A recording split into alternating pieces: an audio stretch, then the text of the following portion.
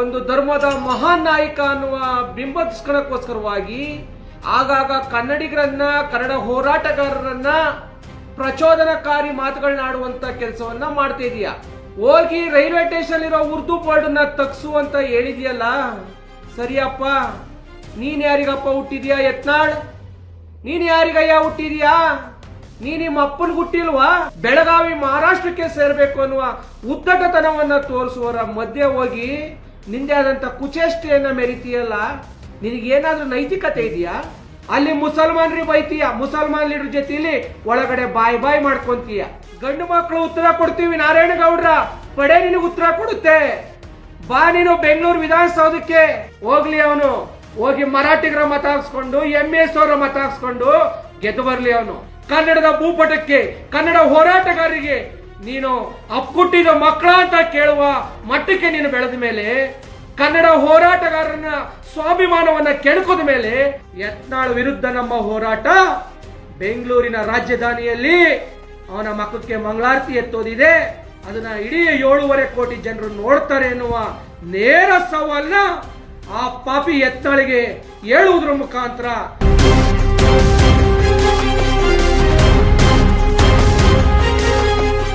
ಯಾರಿಗೆ ಮರಾಠಿ ಭಾಷೆಯನ್ನ ನೀವು ವಿರೋಧ ಮಾಡೋಂತರಿಗೆ ದಮ್ಮ ತಾಕತ್ತಿದ್ರ ಈ ರೈಲ್ವೆ ಸ್ಟೇಷನ್ ಮ್ಯಾಗ ಬರ್ದಾರಲ್ಲ ಉರ್ದು ಒಳಗ, ಅದನ್ನೆಲ್ಲ ತೆಗೆಯುವಂತದ್ದು ಇದ್ರೆ ನಿಮ್ಮ ಅಪ್ಪ ಹುಟ್ಟಿದ್ರೆ ತೆಗಿತೀವಿ. ಬಸನಗೌಡ ಪಾಟೀಲ್ ಯತ್ನಾಳ್ ಮೊನ್ನೆ ಒಂದು MES ನ ಮರಾಠಿ ಸಮಾವೇಶಕ್ಕೆ ಹೋಗಿ ಅವನು ಅಲ್ಲಿ ಮಾತಾಡಿದ ಮಾತಿನ ಬರದಲ್ಲಿ ಕನ್ನಡಿಗರನ್ನ ತೇಜೋಧನೆ ಮಾಡುವಂಥದ್ದು, ಕನ್ನಡ ಹೋರಾಟಗಾರರನ್ನ ತೇಜೋಧನೆ ಮಾಡುವಂತ ಕೆಲಸವನ್ನ ಮಾಡಿದ್ದಾನೆ. ನಾನು ಈ ಬಸನಗೌಡ ಪಾಟೀಲ್ ಯತ್ನಾಳ್ಗೆ ಹೇಳೋದೇನಪ್ಪ ಅಂದ್ರೆ, ನಿನ್ನ ವ್ಯಕ್ತಿತ್ವಕ್ಕೂ ನಿನ್ನ ಹೆಸರಿಗೂ ಸಂಬಂಧನೇ ಇಲ್ಲ. ಬಸವಣ್ಣನ ಹೆಸರನ್ನ ಇಟ್ಕೊಂಡಿರುವಂತ ನೀನು ಬರೀ ಮನೆಹಾಳ ಮಾತುಗಳನ್ನ ಆಡ್ಕೊಂಡೆ ರಾಜಕಾರಣ ಮಾಡೋದನ್ನ ಕಲ್ತಿದೆಯೋ ಹೊರತು ಆ ಬಸವಣ್ಣನ ತತ್ವ ಸಿದ್ಧಾಂತವನ್ನ ಮರ್ತು ಕೂತಿರುವಂತ ಪಾಪಿ ಯತ್ನಾಳ್, ನಿನಗೆ ಇಷ್ಟು ದಿನ ನಿನ್ನ ಮಾತನ್ನೆಲ್ಲ ಸಹಿಸ್ಕೊಂಡು ಬಂದಿದ್ದಾಯ್ತು. ನೋಡಪ್ಪ ಯತ್ನಾಳ್, ನಿನ್ನ ವಯಸ್ಸನ್ನ ಇವತ್ತು ನಿನ್ನ ವಯಸ್ಸಿಗೆ ಬೆಲೆ ಕೊಡಬೇಕು ಅಂತ ನನಗೆಲ್ಲೂ ಕೂಡ ಅನಿಸ್ತಾ ಇಲ್ಲ.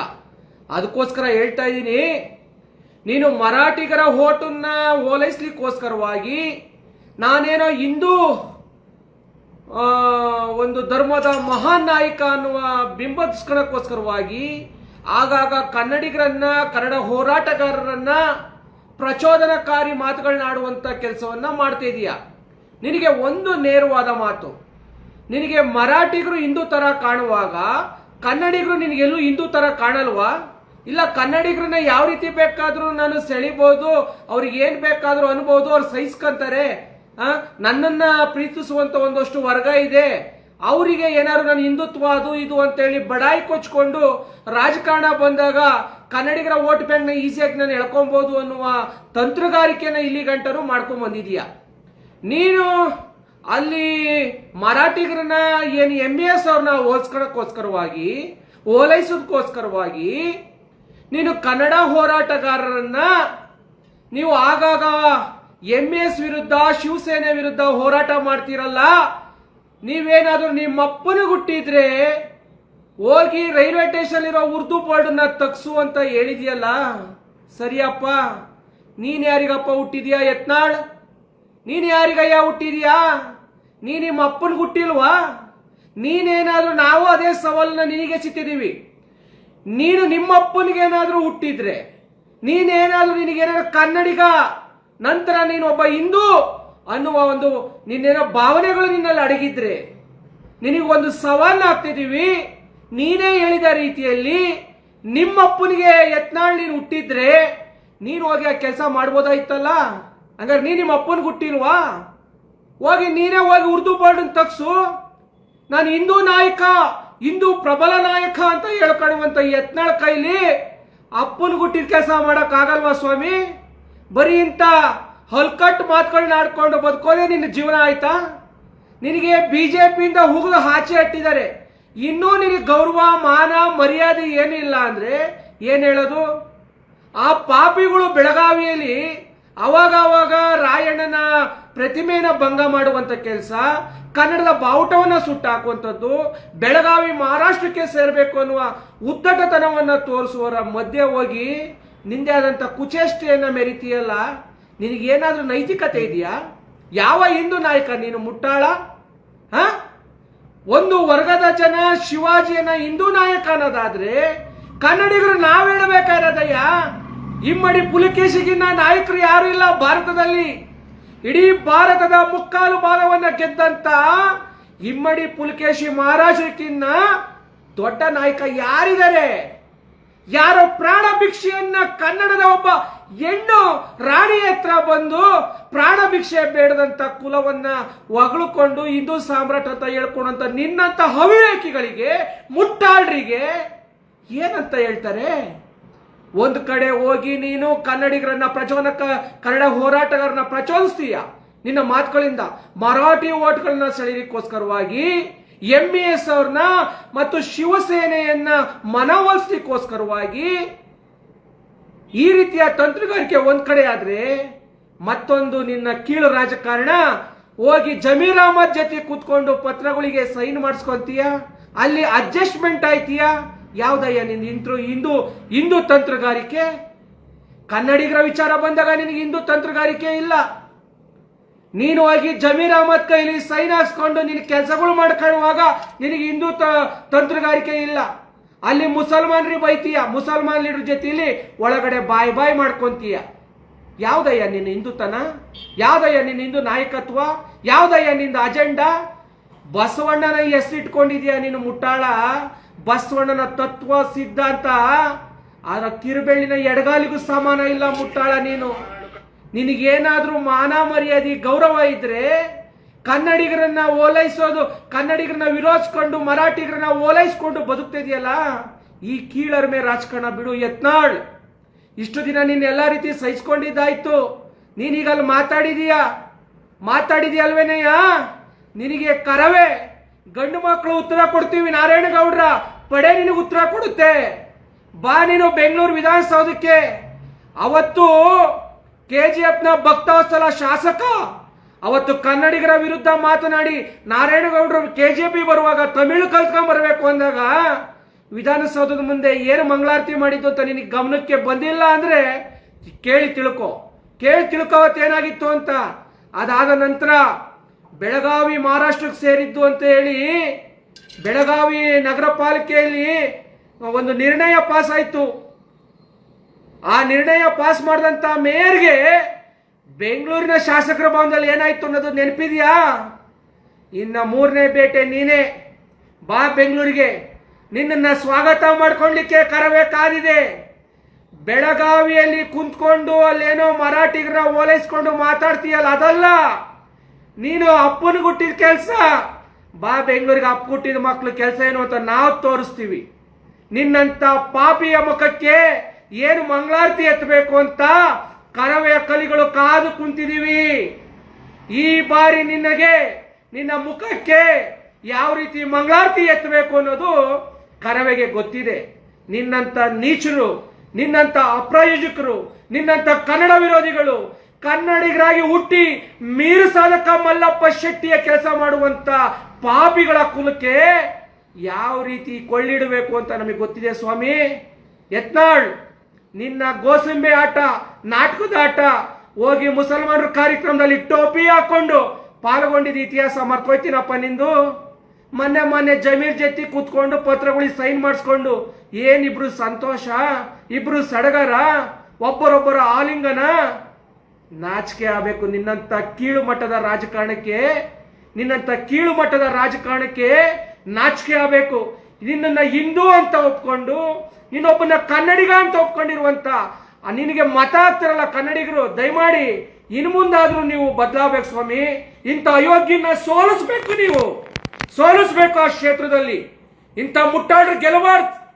ಈ ರಾಜ್ಯದಲ್ಲಿ ರಾಜ್ಯ ಭಾಷೆಗೆ ಗೌರವ ಕೊಡಬೇಕು, ರಾಜ್ಯದ ಜನರಿಗೆ ಗೌರವ ಕೊಡಬೇಕು, ರಾಜ್ಯದ ಜನರ ಜೊತೆಯಲ್ಲಿ ಹೇಗೆ ಬದುಕಬೇಕು ಅಂತ ಒಕ್ಕೂಟ ರಾಷ್ಟ್ರದಲ್ಲಿ ಒಬ್ಬ ವ್ಯಕ್ತಿ, ಒಬ್ಬ ರಾಜಕಾರಣಿ, ಅದರಲ್ಲೂ ಒಬ್ಬ ಶಾಸಕನಿಗೆ ಗೊತ್ತಿಲ್ಲ ಅಂದಾಗ ಅವನು ಯಾಕ್ರಿ ಆ ಸ್ಥಾನಮಾನದಲ್ಲಿ ಉಳಿಲಿಕ್ಕೆ ಯೋಗ್ಯನ ಅನ್ನುವ ಯೋಚನೆಯನ್ನ ಏನು ಬಸವನಗೌಡ ಪಾಟೀಲ್ ಯತ್ನಾಳ್ ಕ್ಷೇತ್ರದಲ್ಲಿ ಮತ ಹಾಕ್ತಿರಲ್ಲ ಕನ್ನಡಿಗರು, ಹೋಗ್ಲಿ ಅವನು ಹೋಗಿ ಮರಾಠಿಗರ ಮತ ಹಾಕ್ಸ್ಕೊಂಡು MS ಅವರ ಮತ ಹಾಕ್ಸ್ಕೊಂಡು ಗೆದ್ದು ಬರ್ಲಿ ಅವನು. ಯಾರು ಕೂಡ ಕನ್ನಡಿಗರು ನಿಮ್ಗೇನಾದ್ರೂ ಸ್ವಾಭಿಮಾನ ಇದ್ರೆ ಇಂಥ ಮುಟ್ಟಾಳನನ್ನ ಸೋಲಿಸುವಂತ ಕೆಲಸ ಮಾಡ್ಬೇಕು. ಆ ಯತ್ನಾಳನ್ನ ಮಕ್ಕಕ್ಕೆ ಮಂಗಳಾರತಿ ಎತ್ತಲಿಕ್ಕೋಸ್ಕರವಾಗಿ ಕರವೇ ನಾರಾಯಣಗೌಡರ ಪಡೆ ಬೆಂಗಳೂರಿನಲ್ಲಿ ಕಾದು ಕುಂತಿದೆ. ಬಾ ಯತ್ನಾಳ್, ನಿನಗೆ ನಾನು ಸವಾಲ್ ಎಸೆತಿದ್ದೀನಿ. ಬೆಂಗಳೂರಿನ ವಿಧಾನಸೌಧಕ್ಕೆ ನೀನು ಬರುವುದನ್ನ ಸ್ವಾಗತ ಮಾಡಲಿಕ್ಕೆ, ನಿನ್ನ ಮಖಕ್ಕೆ ಮಸಿ ಎತ್ತಲಿಕ್ಕೆ ಕರವೇ ಕಾದು ಕುಂತಿದೆ. ನಿನಗೆ ಉತ್ತರವನ್ನ ರಾಜಧಾನಿ ಬೆಂಗಳೂರಿನಲ್ಲಿ ನಾವು ಕೊಡ್ತೀವಿ. ಇದರಿಂದ ನೋಡು, ಒಬ್ಬ ಪಾಪಿಯ ಮಖಕ್ಕೆ ಮಂಗಳಾರತಿ ಎತ್ತಿ ನಾನು ಜೈಲು ವಾಸವನ್ನು ಅನುಭವಿಸಲಿಕ್ಕೆ ನಾನು ತಯಾರಿದ್ದೀನಿ, ಕೇಸ್ ಹಾಸ್ಕೊಳ್ಳಿಕ್ಕೆ ನಾನು ತಯಾರಿದ್ದೀನಿ. ಕನ್ನಡದ ಭೂಪಟಕ್ಕೆ, ಕನ್ನಡ ಹೋರಾಟಗಾರರಿಗೆ ನೀನು ಅಪ್ಪುಟ್ಟಿದ ಮಕ್ಕಳ ಅಂತ ಕೇಳುವ ಮಟ್ಟಕ್ಕೆ ನೀನು ಬೆಳೆದ ಮೇಲೆ, ಕನ್ನಡ ಹೋರಾಟಗಾರನ ಸ್ವಾಭಿಮಾನವನ್ನ ಕೆಣಕದ ಮೇಲೆ, ಯಾವ ಕನ್ನಡ ಹೋರಾಟಗಾರನಿಗೆ ಆಟ ಛಲ ಸ್ವಾಭಿಮಾನದಿಂದ ಇವತ್ತು ನಿನ್ನ ವಿರೋಧ ಮಾಡಕ್ ಆಗ್ತಿದೆಯೋ ಗೊತ್ತಿಲ್ಲ. ಆದ್ರೆ ನಾರಾಯಣಗೌಡರ ಪಡೆ ಇದೆಯಲ್ಲ ಕರವೇ, ಇಂಥದನ್ನೆಲ್ಲ ಸಹಿಸ್ಕೊಳಲ್ಲ ಸ್ವಾಮಿ, ಸಹಿಸ್ಕೊಳಕ್ಕೆ ಸಾಧ್ಯ ಇಲ್ಲ. ನಿನ್ನಂತ ಅಯೋಗ್ಯರಿಗೆ, ನಿನ್ನಂತ ಮೂರ್ಖರಿಗೆ, ನಿನ್ನಂತ ನಾಡ ವಿರೋಧಿಗಳಿಗೆ ಯಾವ ರೀತಿ ಉತ್ತರ ಕೊಡಬೇಕು ಅನ್ನೋದನ್ನ ನಾರಾಯಣಗೌಡರ ಗರಡಿಲಿ ಚೆನ್ನಾಗಿ ಕಲ್ಸ್ಕೊಟ್ಟಿದ್ದಾರೆ. ಬಾ, ಕೇಸಿಗೆಲ್ಲ ಎದುರೋ ಮಕ್ಕಳಲ್ಲ, ಜೈಲಿಗೆಲ್ಲ ಎದುರೋ ಮಕ್ಕಳಲ್ಲ. ನಿನ್ನಂತ ಪಾಪಿ ಕುಲಕ್ಕೆ ಯಾವ ರೀತಿ ಚೀಮಾರಿ ಹಾಕ್ಬೇಕು ಅನ್ನೋದನ್ನ ನಾರಾಯಣಗೌಡರು ನಮಗೆ ಚೆನ್ನಾಗಿ ಕಲ್ಸ್ಕೊಟ್ಟಿದ್ದಾರೆ. ಸ್ವಾಮಿ ಬನ್ರಿ ಬೆಂಗಳೂರಿಗೆ, ಕಾದ್ಕೊಂಡ್ ಕೂತಿದೀವ್ರಿ ನಿಮ್ಮನ್ನ. ಈ ಸಲ ನೀವು ನಮ್ಮಿಂದ ಬಚಾವಾಗ್ಲಿಕ್ಕೆ ಸಾಧ್ಯನೇ ಇಲ್ಲ. ನೀವು ಬರೋದನ್ನ ನಾವು ಕೆಂಪೇಗೌಡರ ನಗರ, ವಿಶ್ವದ ಮಹಾನಗರ ಬೆಂಗಳೂರು, ಕರ್ನಾಟಕದ ರಾಜಧಾನಿ ಬೆಂಗಳೂರಿನಲ್ಲಿ ನಿನ್ನ ಬರುವಿಕೆನ ನೋಡ್ತಾ ಇದೀವಿ. ಸ್ವಾಮಿ ಯತ್ನಾಳ್, ಬಾರಪ್ಪ ವಿಧಾನಸೌಧಕ್ಕೆ, ಉತ್ತರ ಕೊಡ್ತೀವಿ ನಿನಗೆ. ಅಪ್ಪುಟ್ಟಿದ ಮಕ್ಕಳು ಯಾರು ಅಂತ ನಮ್ಮನ್ನು ಕೇಳಿದೀಯಲ್ಲ, ಉತ್ತರ ಕೊಡ್ತೀವಿ. ನೀನು ನಿಮ್ಮ ಅಪ್ಪನಿಗೆ ಹುಟ್ಟಿದ್ರೆ ಮುಕ್ಕಾಲು ಭಾರತವನ್ನ ಗೆದ್ದಂತ ಪುಲಕೇಶಿ, ಇಮ್ಮಡಿ ಪುಲಕೇಶಿ ಪುತ್ಥಳಿಯನ್ನ, ಬೆಳಗಾವಿ ಮಣ್ಣು ನೀನೇ ಗೆಲ್ಲುವಂತ ಕ್ಷೇತ್ರದಲ್ಲಿ ಪುಲಕೇಶಿಯ ಪುತ್ಥಳಿಯನ್ನ ಅನಾವರಣ ಮಾಡು. ಅವಾಗ ನೀನು ಸ್ವಾಭಿಮಾನಿ ಕನ್ನಡಿಗ, ನೀನು ಕಟ್ಟ ಹಿಂದೂ ಅಂತ ಹೇಳಿ ನಾನು ಕೂಡ ಹೇಳ್ತೀನಿ. ಅಂತ ಒಳ್ಳೆ ಕೆಲಸ ಮಾಡಕ್ಕೆ ಯೋಗ್ಯತೆ ಇಲ್ಲದ ಪರಮ ಪಾಪಿ ನೀನು, ಅಯೋಗ್ಯ ನೀನು. ನಿನ್ನಿಂದ ಕನ್ನಡಿಗರು ಏನಯ್ಯ ಕಲಿಬೇಕು, ಹೋರಾಟಗಾರರು ಏನಯ್ಯ ಕಲಿಬೇಕು ನಿನ್ನಿಂದ? ನೀನ್ ಕಲಿಯ ಮೊದ್ಲು. ನೀನು ಹೋಗಿದ ಕಡೆ ಎಲ್ಲರ ಚೀಟಿ ಹೂವು ಅನ್ಸ್ಕೊಂಡ್ಬರುವಂತ ಪಾಪಿ ನೀನು. ನಿನ್ನ ಪಕ್ಷದಿಂದಲೇ ನಿನ್ನ ಅಯೋಗ್ಯತನವನ್ನು ನೋಡಿ ಉಗಿದು ಆಚೆ ಇಟ್ಟಿದ್ದಾರೆ. ಏನು ಇಷ್ಟ ಪ್ರಾಮಾಣಿಕ ಅಂತ ಅನ್ಕೊಂಡ್ರೆ ಹೋರಾಟಗಾರರ ಬಗ್ಗೆ ಕೇವಲವಾಗಿ ಮಾತಾಡ್ತೀಯ? ನೀನ್ ಅಪ್ಪನಿಗೆ ಹುಟ್ಟಿದ ಮಗ ಅಲ್ವಾ? ನಿನಗೆ ಅಪ್ಪನಿಗೆ ಹುಟ್ಟಿದ ಮಗ ಅನ್ನೋ ಸ್ವಾಭಿಮಾನ ನಿನಗೇನಾದ್ರು ಇದ್ರೆ ಆ ಕೆಲಸ ನೀನ್ ಮಾಡಕ್ಕಲ್ವಾ? ಹಿಂದೂ ನಾಯಕ ಅಂತ ಮಾತ್ರ ಅನ್ಸ್ಕೊಬೇಕು, ಆದ್ರೆ ಉರ್ದು ಬಣ್ಣ ಹಾಕಿ ತಾಕ್ಬೇಕಾ? ಹೋಗಿ ನೀನ್ ಕೀಳೋ ಬಡ್ಡಿ ಐದ, ನೀನ್ ಹೋಗಿ ಮಾಡುವ ಕೆಲಸನ. ಅವಾಗ ನೀನು ಹಿಂದೂ ನಾಯಕ ಅಂತ ಅನ್ಸ್ಕೊಳಕ್ಕೆ ನೀನು ಯೋಗ್ಯ ಅಂತ ನಾನು ಅನ್ಕೊಂತೀನಿ. ಇಲ್ಲ ಅಂದ್ರೆ ನೀನು ಹೇಳ್ತೀನಲ್ಲ, ಬೆಂಗಳೂರಿಗೆ ಬಾ, ನಿನಗೆ ಯಾವ ರೀತಿ ಉತ್ತರ ಕೊಡಬೇಕು ಅನ್ನೋದನ್ನ ನಾವು ಕೊಡ್ತೀವಿ. ನೀನು ಬೆಂಗಳೂರಿಗೆ ಬರೋದನ್ನ ಕಾದು ಕುಂತಿದೀವಿ, ನಿನಗೆ ಉತ್ತರ ಕೊಡ್ತೀವಿ. ಅಪ್ಪುಟ್ಟಿದ ಮಗ ನೀನಾಗಿದ್ರೆ ಬಂದು ನಮಗೆ ಸವಾಲನ್ನ ಸ್ವೀಕರಿಸು ಅಂತ ಹೇಳ್ತಾ, ಯಾವ ಕನ್ನಡ ಚಳುವಳಿಗಾರರು ಈ ವಿಚಾರದಲ್ಲಿ ನೀವು ಧ್ವನಿಯನ್ನ ಎತ್ತಿಲ್ಲ, ದಯಮಾಡಿ ಎಲ್ಲರೂ ಧ್ವನಿ ಎತ್ತುವಂತದ್ದಾಗ್ಬೇಕು. ಇಲ್ಲಾಂದ್ರೆ ಇಂಥ ಕುನ್ನಿಗಳು, ಕುಡಿಗಳು ಅವಾಗವಾಗ ಉಟ್ಕೊಂತ ಇರ್ತವೆ. ಇಂಥ ಪಾಪಿಗಳನ್ನ ಅಲ್ಲಲ್ಲೇ ಮಟ್ಟ ಹಾಕಿದ್ರೆ ಮಾತ್ರ ನಾವೇನಾದ್ರೂ ಮಾಡ್ಲಿಕ್ಕೆ ಸಾಧ್ಯ. ಇವತ್ತು ಒಂದು ಕಾಯ್ದೆನ ರೂಪಿಸ್ಲಿಕ್ಕೆ ಕೊಟ್ಟಿದ್ದಾರೆ. ಇಂಥ ಪಾಪಿಗಳನ್ನ ಇಂಥ ಮಾಡಬಾರ್ದು ಮಾಡಿ ನಾನು ಸರಿ ಅಂತ ಸಮಾಜದಲ್ಲಿ ತೋರಿಸ್ಕೊಂಡವರಿಗೆ ಮಾತಾಡ್ಲಿಕ್ಕಿದ್ದಂಥ ಒಂದು ಹಕ್ಕನ್ನು ಕೂಡ, ಪ್ರಬಲವಾದ ಒಂದು ಹಕ್ಕು ಮಾತು, ಅಂತ ಹಕ್ಕನ್ನು ಕೂಡ ಇವತ್ತು ಸರ್ಕಾರಗಳು ಕಿತ್ಕೊಳ್ಳಿಕ್ಕೆ ಕೊಟ್ಟಿದೆ. ಅಂತ ಸರ್ಕಾರಗಳಿಗೂ ಹೇಳ್ತಿದ್ದೀವಿ, ಮಾಡಬಾರ್ದು ಪಾಪದ ಕೆಲಸ ಮಾಡುವಂತ ನೀವು ರಾಜಕಾರಣಿಗಳು, ನಾಳೆ ನಿಮ್ಮನ್ನ ಪ್ರಶ್ನೆ ಮಾಡುವಂತ ಜನರ ಬಾಯಿಯನ್ನೇ ಮುಚ್ಚಿಸಿ ಒಂದು ಕಾಯ್ದೆ ಮಾಡ್ಲಿಕ್ಕೆ ಕೊಟ್ಟಿದ್ದೀರಲ್ಲ, ಇನ್ನು ನಿಮ್ಮನ್ನು ತಡಿಲಿಕ್ಕೆ ಯಾರಿದ್ದಾರೆ ಸ್ವಾಮಿ? ಇನ್ನು ಮಾಡಿದ್ದೆಲ್ಲ ಪಾಪದ ಕೃತ್ಯ ಮಾತಾಡೋರು ಯಾರಿದ್ದಾರೆ? ಮಾತಾಡೋರ್ ಬಾಯಿಗೆಲ್ಲ ಬೀಗ ಹಾಕ್ಲಿಕ್ಕೆ ಕೊಟ್ಟಿದ್ದೀರಲ್ಲ, ಇಂಥ ಕಾಯ್ದೆಗಳು ಬರಬೇಕಾ, ಜಾರಿಗೆ ಬರಬೇಕಾ?